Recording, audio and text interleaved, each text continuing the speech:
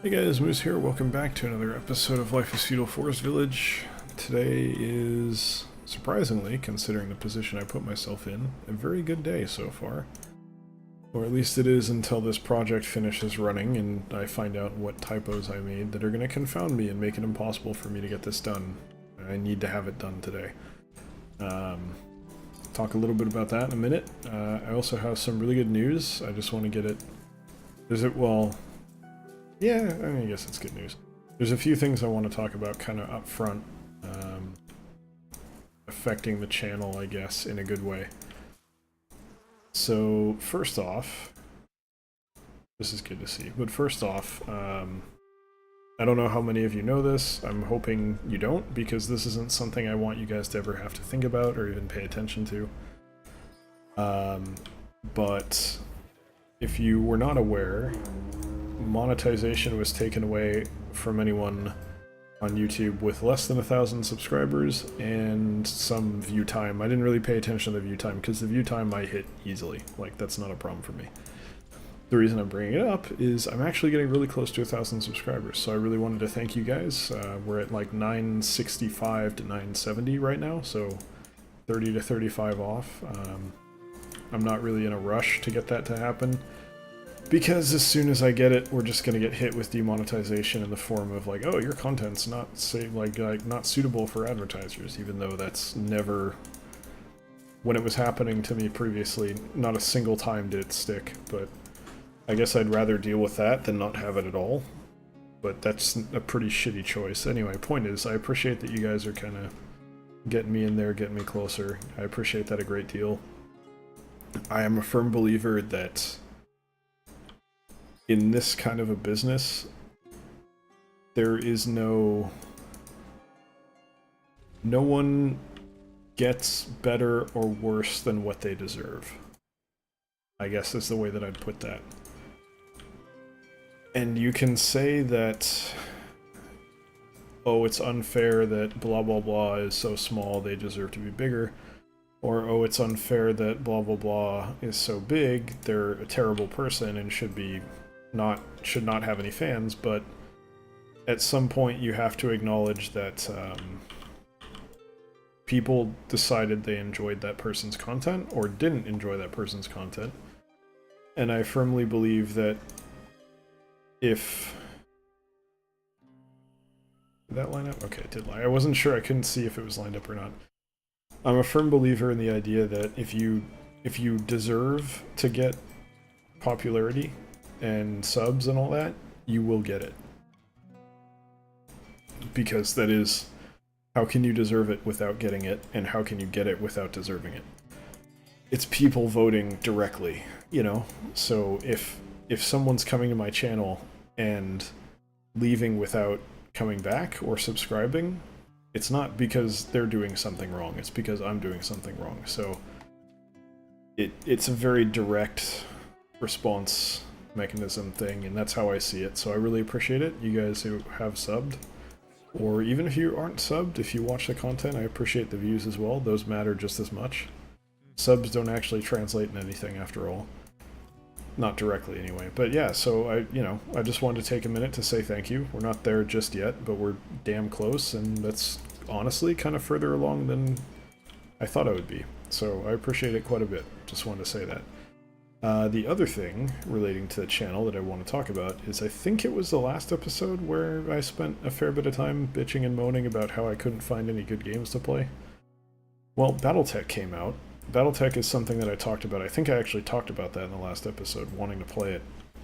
It's out and I bought it. I kind of would have preferred to get a key, but no such luck. I requested one. But I'm not... You know, I don't expect to get keys ever. It's just, you know, I would have $40 more if I had gotten a key. It was a little pricey, but I'm really looking forward to playing that. That is almost certainly going to be a series. I would be shocked if I don't do a series on it. Basically, the main pitfalls with that is I totally one, it's going to be really long episodes because it's kind of a slow-paced strategic game. So I'm going to have to just deal with it and make that work, which means I need to be a lot better about managing my time. which is a major flaw that I've had over the last 2 years, I would say. That's probably, as a person, my biggest area for improvement at the moment is just time management. Being smarter with my time and spending it wisely. So I will be working on that, but because it's kind of a slow-paced game and it is kind of niche, it's kind of similar. If you don't know what it is gameplay-wise, you're pretty much looking at something kind of like XCOM. And similar to XCOM, I'm not necessarily super invested in the gameplay, but I love the story. I love the lore. I love the interaction. Like, I really love the story of XCOM.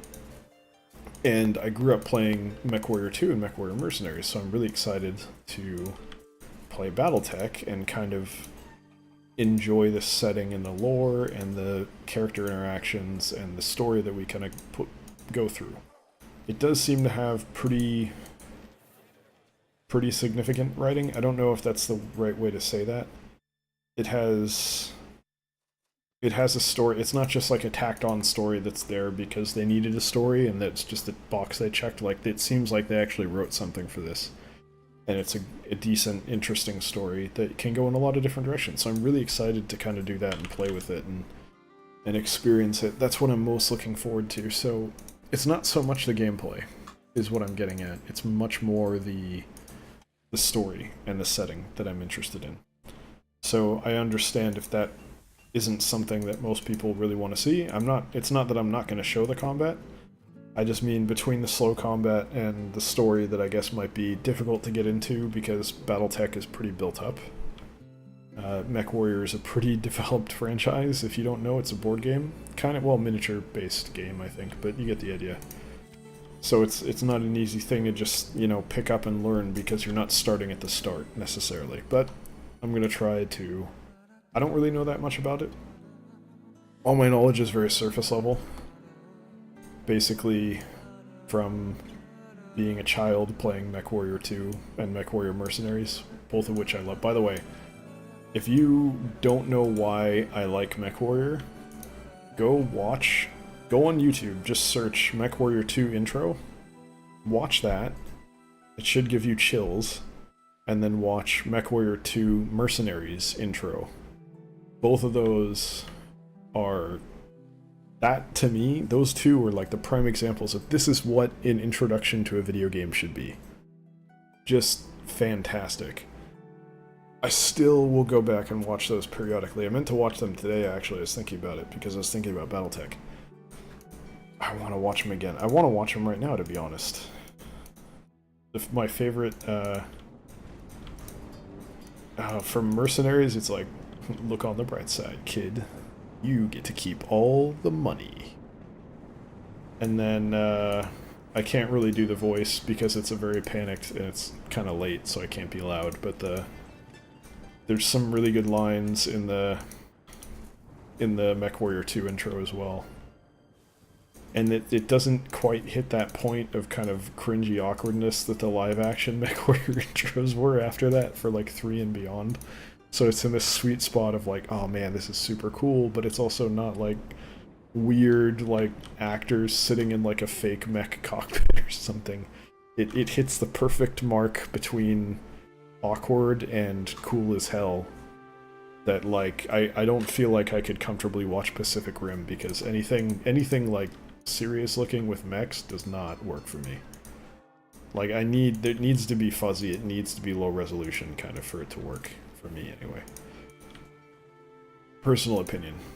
Another good example, and I think this kind of highlights this point, is there was like an intro trailer made for a MechWarrior 5 or something that like kicked off a huge legal thing about who owned the rights to make that game, and it still got punted around over and over. I think there's a game in development right now, but like it slowed down everything because no one... There was a huge argument about who had the rights, and that intro, the MechWarrior 5 intro, was really cool because it had no actual people. Like it was just seeing mechs and a guy like fighting in him, and it worked. I don't think it was as good as the MechWarrior 2 intro and all that because that's always going to hold a special place in my heart because I grew up with it. But that more than any that was the most game game that I grew up with. Like, there are other games that I played that I grew up with, but they weren't, like, gamey, I guess is what I'd say. It was like Simant or something like that, or Age of Empires 2 was in there, but I feel like that was a little later. Warcraft was in there, but I only really played it because my uncle had it. I only saw him like maybe once or twice a year, so I generally didn't get to play it much, but I knew of it, and it was cool.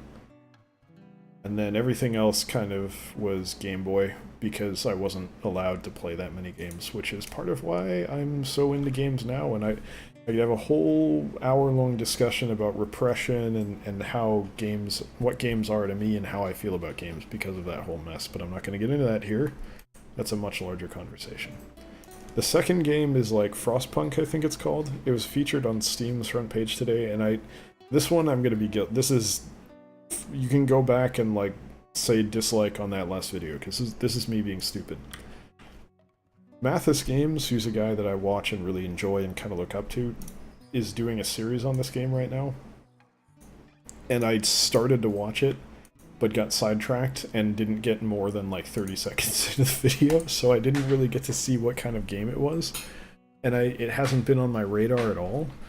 So as a result, I haven't actually, like, I didn't know much of anything about the game. And I was watching Roundtable Podcast, which is a podcast that Mathis, among other people, is on. Northern Lion is also on there, Bear Taffy is on there, but not this week, or the previous week. And then the last one is Rockley Smile, he's interesting, I like him, but I understand if people don't. He's a little bit more niche than the other guys. Which is, I'm not saying is an insult, he's just, you know, it's his personality, which is fine. I am, in many ways, most similar to him, I suppose. So I don't mean that as an insult at all. It's just slightly different type of content, I guess I would say, which I greatly enjoy a lot of the time, because he can be extremely funny. But anyway, all that aside, they were talking about it, and they said, like, oh yeah, it's like Banished. And immediately I was like, oh god damn it, Moose, you idiot! What are you doing? How did I miss this? It's a town, but like, I am... Everything that I've done that has done well is a town builder. I don't particularly strive to be the town builder guy, but I am... That's what you guys seem to enjoy watching the most, so that's what I try to play the most. It sort of feeds on itself, and then new fans are mainly here for that. So anyway, like, I had no idea. And this is like actually a significant game. It's not just some trash that came out of nowhere and is junk. I've got a bunch of those. There's a few that I'm keeping an eye on that I got keys for that might become something. Goblins of Elderstone, I think, was one of them. I'm getting the name right. I know Goblins of something was it, but I think it's Elderstone. That I did a series on briefly that didn't really work out in the short term, even though it looked promising. There's a few games like that I'm looking at. But this one blindsided me. I had no idea that's what kind of game this was, so I'm really looking for it. I bought it already. I'm planning on doing a series on it, but I haven't played it yet, so I can't guarantee that, but I am planning on doing it. Battletech is like almost a sure thing. That's probably going to be the next...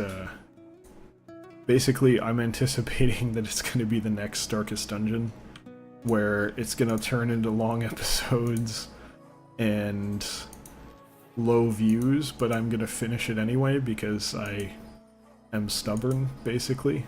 That's kind of what I'm anticipating there. If you guys enjoy it, I'll be thrilled, but I don't...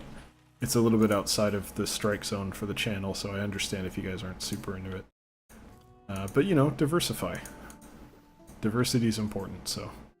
And one of the things about me that I guess has defined me a little bit, separate from a lot of my friends, is most of my friends kind of are only really into one type of game, if any. They're only into a few games. Very, very, very few people in my life that I've met are similar to me in that I kind of can enjoy nearly any game I'm in. Like, I enjoy almost everything. Trying to find something to do here. There's not a lot to do around town. So yeah, I enjoy almost anything. So my channel should reflect that. And it kind of does. My streams do more so, but that's sort of forced, I guess, because, well, sometimes I don't have anything better to play than like Rainbow Six Siege or Overwatch, so I kind of just wind up doing that, even though that's not necessarily what does well, I guess would be the way that I put it. Oh, I forgot to take these guys off. It's not necessarily what people are there to watch, I guess. But then also, I mean, I've got Splatoon, that's a shooter, kinda. Big update coming on Splatoon, by the way, so feel free to come by the Twitch channel if you want to see some of that. I'll probably be playing it. Got a viewer or two that likes to join in for that, so I'm looking forward to it. But yeah, so that's what's going on in the game front. I'm really pumped to have found Battletech and Frostpunk as candidates to do series on, because I really don't like that I only have 2 series going right now between Life is Feudal and Surviving Mars. Mars. I should have more than that, so I feel kind of bad about that. Anyway, the last thing making today a good day, despite basically the situation I put myself in was I didn't leave myself enough time. Like I was saying earlier, time management, major weakness of mine. I didn't leave myself enough time to do the work that I needed to do today, which thankfully I lowered. You know, I didn't have to do as much as I normally do because I got more done at work, but what I needed to do was basically some programming that had to be done today. I had to finish it. And when I say programming, I want to be clear, I'm not talking about making an app or something, I'm just talking about Visual Basic for Excel to do data analysis. But it's still complicated. You know, it's not an easy thing, I can't just snap my fingers and do it. But I think, thankfully, the bug that I was having, I identified very quickly, which pisses me off because the only reason it still was a bug was because the thing crashed and I thought it saved my work, but it didn't. And basically when I was prototyping what I was writing, because I didn't want to run the whole thing, every time I made a change, I took a shortcut to use different variable names than I do in the primary macro, which is basically, the macro is the program, basically. And because I took that shortcut, I failed to catch every instance where I needed to change a variable name. And because of that, I completely... Like, I changed them all, I had it right, I ran it, and it worked, and then it crashed and reverted all my changes, and I didn't notice until tonight. And then I noticed, and I was like, God damn, are you kidding me?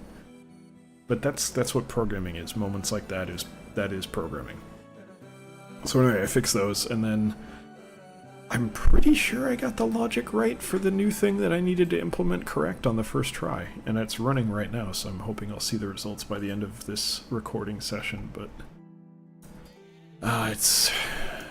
it takes like 20 to 30 minutes to run the thing, because it all comes down to I don't know what data I can ignore yet, because I don't have the full data set that I need to work with at this point. Like, it's still like muddy. I'm getting, bit by bit, it's getting there, but it's still muddy, so I'm programming it bit by bit, basically, as things come up. But yeah, I think I got it right first try, and I'm pretty proud of that, but I'm sure when it finishes in like 10 minutes or so, I'm gonna be pissed at myself because something's wrong. But if it's not, I get to go to bed at a reasonable hour. Well, not really, but more reasonable than I will otherwise. If there's an issue, I'm in deep shit. Oh, damn it, not this again. I'm just gonna build this out forever, so that until it gets to a cliff. I really want I don't want this lip. It bothers me. I don't know how I'm gonna avoid. Well, I can just do stairs. Stairs is probably easier. Just suck it up and do that, probably. Yeah, screw it. Well, I see, the thing is, I don't think I actually want to do another row of houses. I think we're fine. So I'm just gonna leave. Yeah, screw it. Why bother?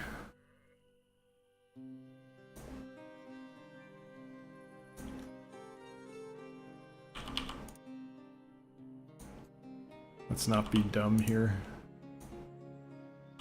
So yeah, anyway, there was a lot of stuff going on. Just to summarize again, Battletech and Frostpunk, likely series coming up. Surviving Mars and Life is Feudal are not going anywhere, to the best of my knowledge. Anything could happen, obviously, but that's the plan. getting close to 1,000 subscribers, which will re-enable monetization, which I will be very grateful for, so thank you for the support. I want to take a minute again to mention that. And then finally, the usual work shenanigans involving failing to manage my time properly and lucking out. I don't know, I feel like I'm cruising for pain because I keep doing this, minimizing my sleep and like just scraping, not scraping by, but doing the bare minimum necessary to avoid having an issue. And I've consistently managed to talk myself out of every single problem that has ever come up at work. And I feel like that's putting me in a bad mental state where I'm like, oh, I'm invincible. Nothing could possibly go wrong for me. I'm fine. And something's gonna go wrong, and it's gonna be my fault, and eventually I'm not gonna be able to talk myself out of it, I guess. So I'm worried that's gonna happen eventually. But nothing yet. For now, I'm still the golden child, if you want to refer to it that way. You know, I get shit done. If the boss has a complicated request for any kind of data or information, it comes to me.